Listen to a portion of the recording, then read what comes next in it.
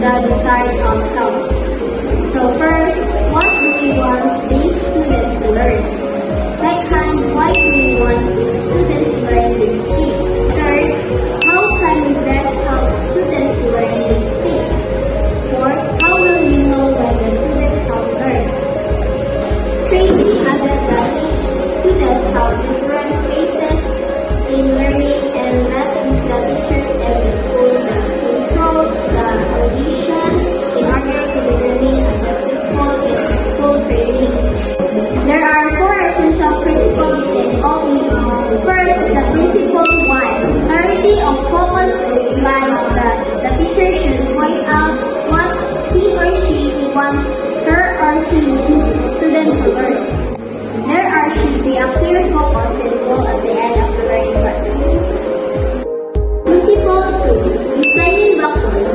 This means what you want to achieve should be determined already before you go to discussion. Principle 3. High expectations. Maintaining high expectations and a certain goal would lead to achieving it successfully, since you always aim for improvement. So principle 4. Expanded opportunities. Students somehow learn things successful if only if support and opportunities are given. So hello everyone, my name is Irish Maria Jane Torres. You can call me Miss Irish.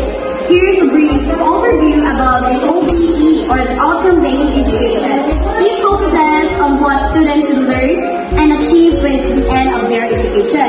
It is a student-centered approach that emphasizes feedback and continuous improvement. According to Study 1994, the OBE requires clear goals and organizations to ensure students have meaningful learning experience, leading to fulfilling life. So back to the question, how teaching and learning should be done in outcome-based education. So teaching and learning in OBE requires teachers to be creative, flexible, as well as to become a support system to their students.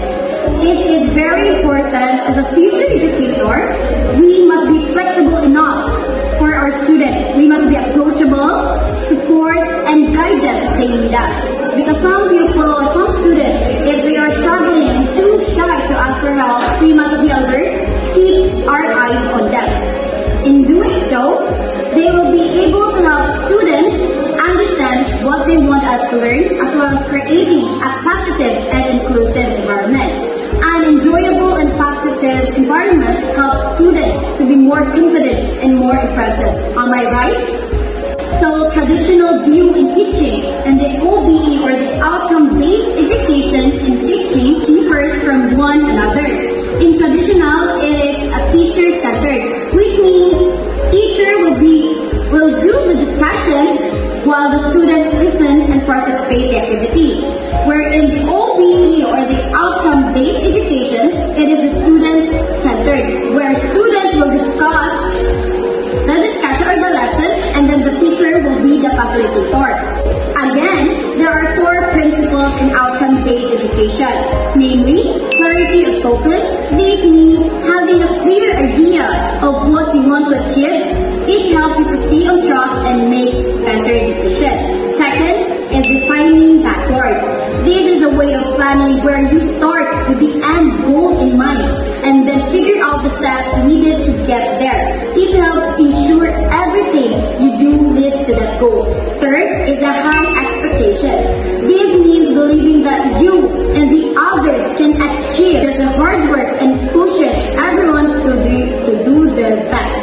Lastly, the expanded opportunity.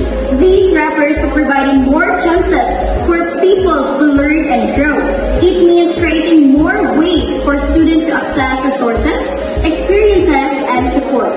All of the four principles aim for students' improvement in the teaching and learning process. In the OBE, the assessment should be valid, reasonable, fair, should be reflect the aim for student progress, allow students to learn individually as well as improving its skills.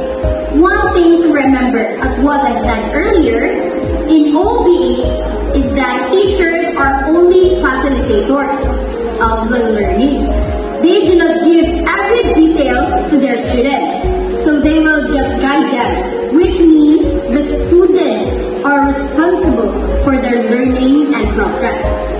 Before I leave this discussion, Spadley also noted that each student learns at their own pace, and it is the responsibility of teachers and schools